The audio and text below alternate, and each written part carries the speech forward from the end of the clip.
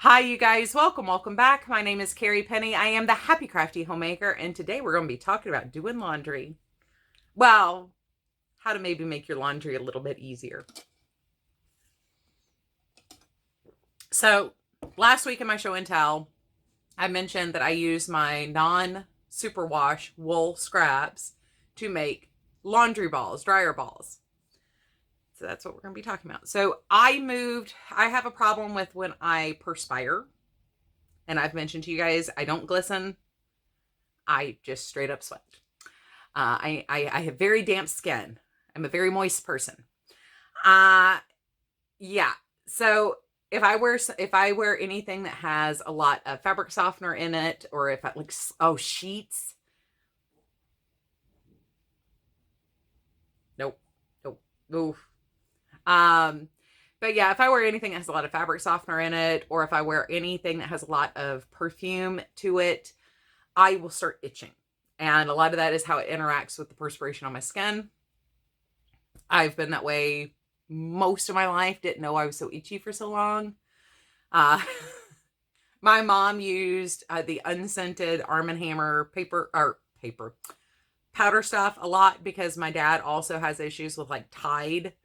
So I personally make my own dish or laundry soap most of the time, or I use Castile soap or Mrs. Meyer's if I'm buying something. Like, we're kind of weird when it comes to our laundry, but I do use, instead of fabric softener, I use white vinegar in my wash. And it does actually keep my colors colored longer. Using laundry soap, which is what I use more than detergent, actually helps with stains. Pippin just brought his toy in here and wants to play fetch.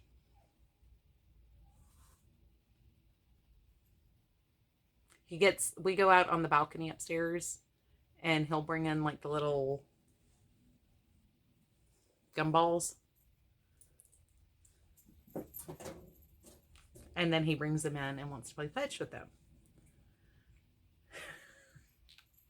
He's a very good fetcher because he's already brought it back to me now. Anyway, so in the process of doing all those things, I also quit using dryer sheets. So I needed something to help kind of my laundry.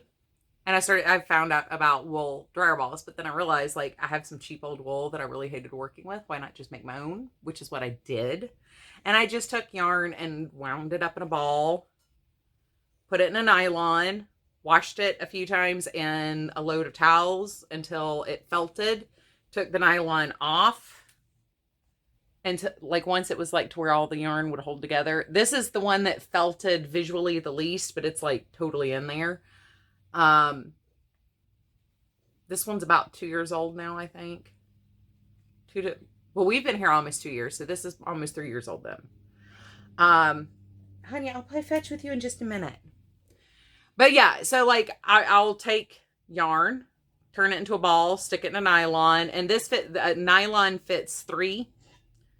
So these are about softball size, and they come out, about baseball sized after they felted down.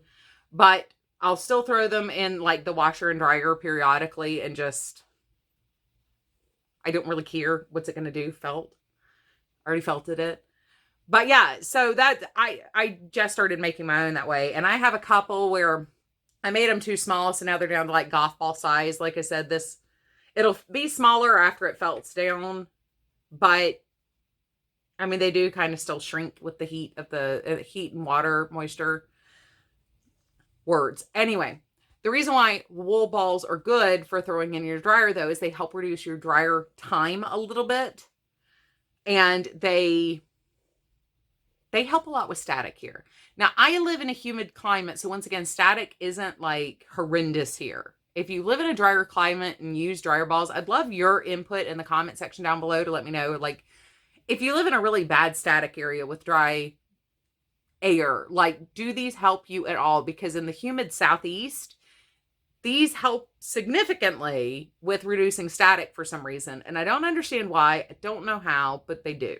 If you want to scent your laundry, you can drop like a couple drops of like lavender oil or something like that onto the dryer ball when you pop it in the dryer.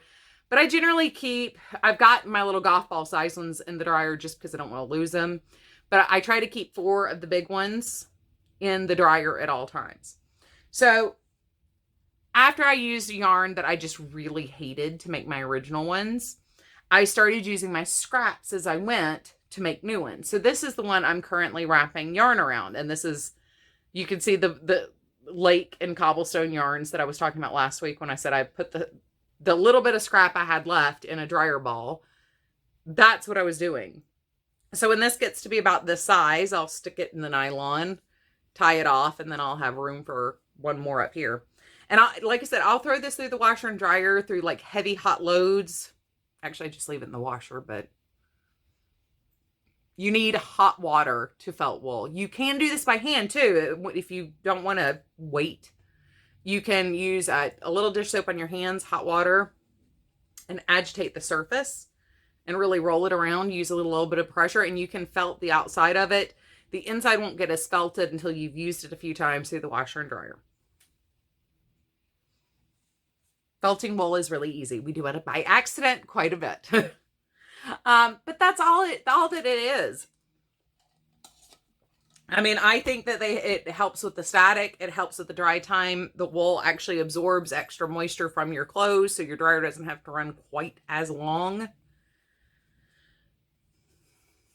Where I've been manipulating this quite a bit, so my end got untooked. But yeah, I'll just run the end through a little bit there. I throw this in my desk just so when I'm done with something, I can just wrap it up real fast and go. I probably have about 12 different projects yarn in here so far. This one probably has 8 or 9. This one, I have some really ooky wool that I got as somebody sent me or gifted me some really old, kind of felt like rug wool, like for like rug punching, the needle punching kind of stuff. Coarser than what you would expect to find in like embroidery, needlepoint, things like that. But yeah, that's what I think is in the center of this one is some of that. Felted beautifully. This one is a Rowan wool and it didn't felt quite as well. I find that cheaper, worse wools to work with are the ones that felt down the best for things like this. Or like if you want to do like a crocheted, or I do recommend knitting felting. Crocheted felting takes forever to felt down. There's so much yarn in the knot. It's very hard for that knot to... I'm getting off topic again, but yeah, the Rowan wool was too nice. It just did not felt very well. And this is actually scraps from like 3 different balls of this color, and they were all different dye lots, and you could tell at one point that they were different dye lots, but that's what they are. This is the one from my dryer. Like I said, it's about 3 years old. This is the one before it's felted. You do need to put it in a nylon or something like that, just unless you're going to hand felt it, obviously, just so you can keep everything together as it goes through the washer. Hot load with soap or detergent. And just, you'll be able to see like when the yarn doesn't pick up, it's not an individual strand anymore. You'll be able to see that on there through the nylon. And you'll have some fibers kind of poking through once you start the felting process, but the nylon still just peels right off. It's like peeling an orange. It clings a little bit, but not much. But yeah, I just take scrap yarns as I go, turn them into balls, stick them in a nylon, wash them down, and then have little dryer balls. It's really not as complicated as it sounds, and I'm way over talking this video, so I'm going to go because I'm just sitting here chit-chatting and getting off subject. But I love you guys, and I will talk to you guys real soon. Take care.